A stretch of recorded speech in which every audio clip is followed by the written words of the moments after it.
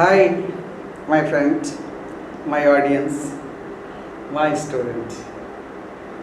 Today our topic is how to solve a board with WS word. তো বন্ধুরা আজকে আমরা WS word এর মাধ্যমে একটি বোর্ডকে সলভ করব। তো আমার বিশ্বাস তোমরা যদি আমার এই লেকচারটা ফার্স্ট টু লাস্ট দেখো তাহলে তোমরা WS কোশ্চেন সম্পর্কে যত তোমাদের ডাউট আছে সব ক্লিয়ার হয়ে যাবে। আর তুমি হবে ক্লাসের শেষে একজন বস স্টুডেন্ট, বিশেষ করে WS ওয়ার্ড যদি তুমি ভালোভাবে সলভ করতে চাও। তো বন্ধুরা আর কথা বাড়ানো নয়, আজকের এই লেকচারটা কিন্তু অবশ্যই তোমরা ফার্স্ট টু লাস্ট দেখবে। আর তোমাদের জন্য যে লেকচারটা আজকে আমি এখানে তৈরি করেছি এই লেকচারটা অবশ্যই তোমাদের অনুরোধে। তো বন্ধুরা চলে যাই এখন আমাদের বোর্ডে।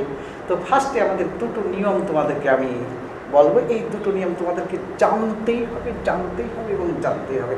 নাম্বার ওয়ান, তুমি যদি হও অনার্সের সেকেন্ড ইয়ারের স্টুডেন্ট অথবা তুমি যদি হও ডিগ্রি ফাইনাল ইয়ারের স্টুডেন্ট, তাহলে তোমাকে যে কাজটি ফার্স্টে করতে হবে WS কোশ্চেন করার সময়, নাম্বার ওয়ান, কোনো অবস্থাতে কোনো ক্রমেই প্রোনাউন স্পেশালি পার্সোনাল প্রোনাউনের উপর তুমি WS কোশ্চেন করতে পারবেই না। নাম্বার ওয়ান, WS কোশ্চেন করা যাবে না কিসের উপর? পার্সোনাল প্রোনাউনের উপর। আমরা এখানে দেখছি রেড কলম দ্বারা, লাল কালি দ্বারা, যাতে তোমরা কোনো রকম কনফিউশন না করো। তো পার্সোনাল প্রোনাউন যদি ভুলে যাও তাহলে একটু আমার কাছ থেকে শুনে নাও। পার্সোনাল প্রোনাউন যদি তুমি ভুলে যাও তাহলে একটু স্মরণ করাই দিতে চাই।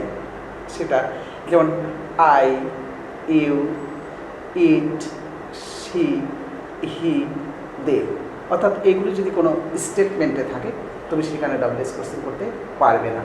দুই নম্বর, কোনো স্টেটমেন্টে যদি ফার্স্ট পারসন থাকে তোমাকে অবশ্যই সেকেন্ড পারসনে রূপান্তর করতেই হবে, অর্থাৎ সেকেন্ড পারসনের উপর WS কোশ্চেন করা যায় না। এইগুলো হচ্ছে দুটো নিয়ম। আর WS কোশ্চেন যখন আমরা সাবজেক্টের উপর WS কোশ্চেন করব তখন WS ওয়ার্ডটা বসানোর পর অতিরিক্ত কোনো হেল্পিং ভার্ব ব্যবহার আমরা করব না। আর যদি হেল্পিং ভার্ব থাকে তাহলে ওই হেল্পিং ভার্বটাই আমরা ব্যবহার করব।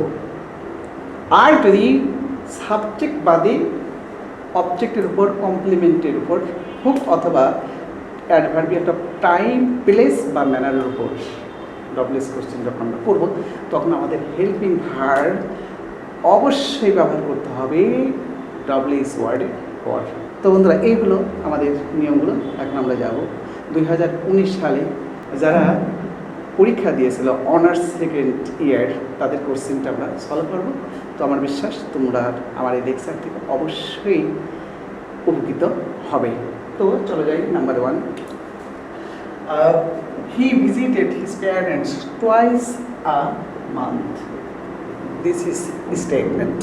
তো ফার্স্টে বলা হয়েছে প্রোনাউনের উপর WS কোশ্চেন করা যাবে না, পার্সোনাল প্রোনাউন হি, অর্থাৎ এখানে আমরা WS কোশ্চেন করবো না। তাহলে আমরা যাবো কোথায়? যাবো আমরা এই জায়গায় twice a month. You see, twice a month. সে তার পিতামাতাকে দেখতে যায় মাসে 2 বার। তো যদি বার বোঝায় আমরা মনে হয় জানি কতবার বা কত সংখ্যা বোঝায় তাহলে হবে হাউ অফেন। আমরা হাউ অফেন WS ওয়ার্ডটা পেয়ে গেলাম। তো তারপরে এখানে বলা হয়েছে স্ট্রাকচার নাম্বারে WS ওয়ার্ড যদি আমরা করি সাবজেক্ট বাদের যে কোনো জায়গায় অবশ্যই আমাদেরকে হেল্পিং ভার্বের সাহায্য নিতেই হবে। তো এখন হেল্পিং ভার্ব কোথা থেকে পাবো? এই বাক্যে কোনো অবস্থাতে কোনো হেল্পিং ভার্ব নেই বলে আমরা মেন ভার্ব থেকে নেব। তো মেন ভার্ব ভিজিট, ভিজিটের সাথে এস আছে। যদি এস থাকে আমরা জানি থার্ড পারসন সিঙ্গুলার নাম্বারের জন্য আমরা অবশ্যই এখানে ব্যবহার করব ডাস। বন্ধুরা ডাজের পরে স্ট্রাকচার অনুসারে WS ওয়ার্ড আমরা পেলাম, হেল্পিং ভার্ব বসালাম, সাবজেক্ট বসাতে হবে। সাবজেক্ট এখানে থার্ড পারসন সিঙ্গুলার নাম্বার, অর্থাৎ এখানে সাবজেক্টের পরিবর্তন হবে না। তাহলে আমরা বসাবো হি। যখন আমরা ভিজিট থেকে ডাস নিয়ে আসছি তখন কিন্তু ভিজিটের সাথে যে অতিরিক্ত এস ছিল এটা আর থাকবে না, অর্থাৎ হয়ে যাবে ভিজিট।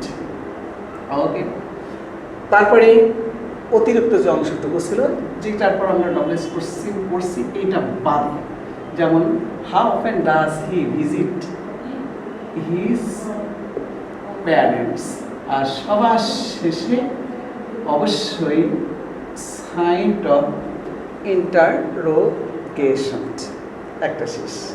বন্ধুরা আমি যাব আমরা 2 নম্বর স্টেটমেন্ট। ইট ইজ 11:45 নাও। তো খেয়াল করো, এখন 11:15 বাজে সময়। তো সময়ের উপর যদি আমরা ডবলেস কোশ্চেন করি তাহলে আমরা কি বসাবো? হোয়াট বসাবো। 11:15 টাইম, এই পর্যন্ত আমরা সেন্টেন্স থেকে বাদ দেবো।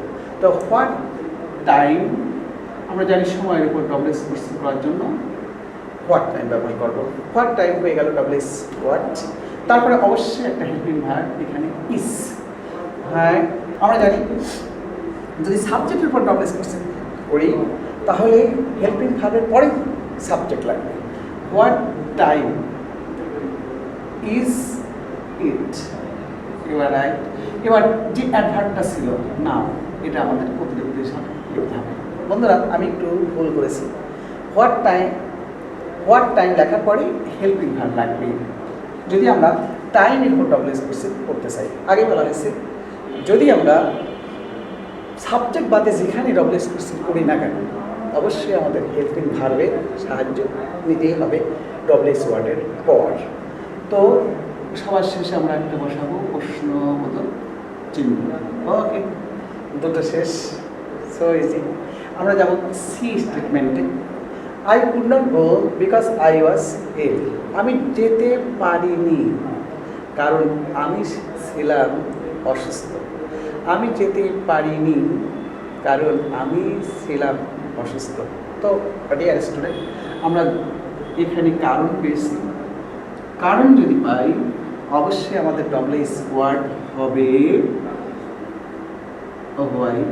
ওকে, হোয়াই যখন হলো আমরা সাবজেক্টের উপর ডবলেস কোশ্চেন করিনি, এখানে আমরা ডবলেস করছি বিকজ অর্থাৎ অ্যাডভার্বিয়াল কজের উপর।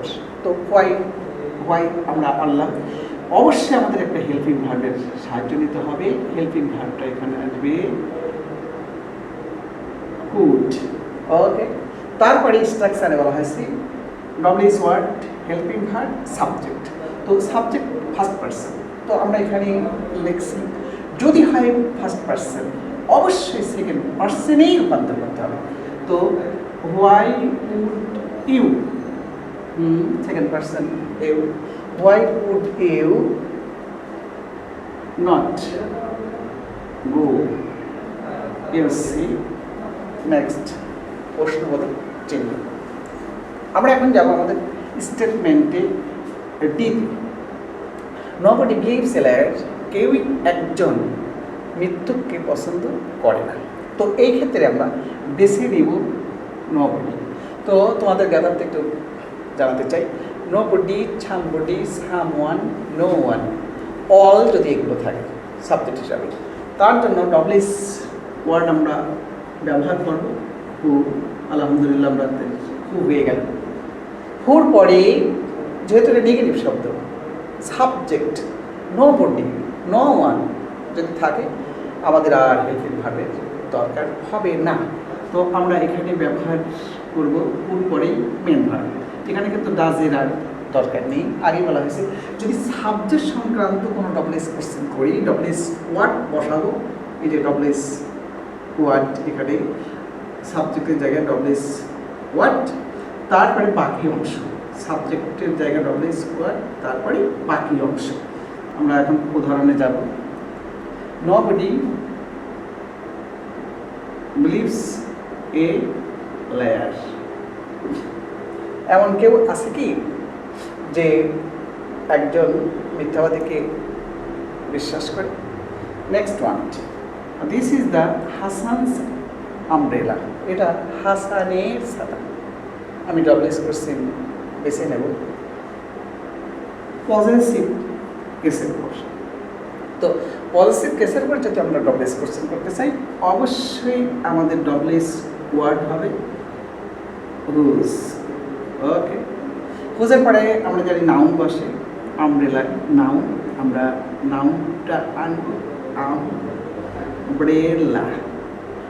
ওকে, তারপরে অবশ্যই যাবে একটা হেল্পিং ভার্ব। তো হেল্পিং ভার্ব এখানে ইজ, ওকে, তারপরে সাবজেক্ট এখানে দিসটা আমরা বসাবো, সবার শেষে প্রশ্নবোধক চিহ্ন। এই হলো আমাদের ই। বন্ধুরা এখন চলে যাবো আমাদের আরেকটি কোশ্চেনে, এফে। এফে ট্রাভেলিং ইনক্রিজেস আওয়ার নলেজ। ভ্রমণ আমাদের জ্ঞানকে সমৃদ্ধ করে। তো আমরা বেছে নিব ট্রাভেলিং। তো আমরা আগেই বলেছি যদি সাবজেক্টের উপর ডবল কোশ্চেন করি তাহলে কোনো হেল্পিং ভার্বের দরকার হবে না, আর ব্যক্তি বুঝালে পরে হবে হু, আর সব জায়গায় হবে হোয়াট। তো তাহলে আমরা এখানে ডবলি ইজ হোয়াট ব্যবহার করবো, হোয়াট হয়ে গেল। তারপরে এই হেল্পিং ভার্বের কোনো দরকারই হবে না, কারণ সাবজেক্টের উপরে যখন ডবল কোশ্চেন করবো তখন আমাদের কোনো অবস্থাতে কোনো ক্রমে হেল্পিং ভার্বের সাহায্য নিব না, আর থাকলে পরে আমরা বসাবো হোয়াট ইন্ডিসেস। আর এইবার আবার চলে আসছে আমাদের ফার্স্ট পারসন। যদি ফার্স্ট পারসন হয় কোনো অবস্থাতেই আমরা ফার্স্ট পারসন রেখে দিব না, এটা সেকেন্ড পারসনেই রূপান্তর করবো। What is your knowledge. বন্ধুরা আমরা এখন চলে আসছে আমাদের আজকের আলোচনার একদম লাস্ট এক্সাম্পলে। লাস্ট সে I have come from Dhaka. আমি ঢাকার থেকে এসেছি। তো প্রশ্ন করব আমরা স্থানের উপর, অর্থাৎ অ্যাডভার্বিয়াল অফ প্লেসের উপর। তো অ্যাডভার্বিয়াল অফ প্লেসের উপর যখন আমরা ডবল কোশ্চেন করব তখন অবশ্যই আমরা এখানে ব্যবহার করব হোয়াট। তো হোয়াট হয়ে গেল। অবশ্যই আমাদের দরকার হবে এখানে একটা হেল্পিং ভার্ব। হেল্পিং ভার্বটা কি? ইউ সি এখানে হেল্পিং ভার্ব আমাদের আছেই হ্যাভ।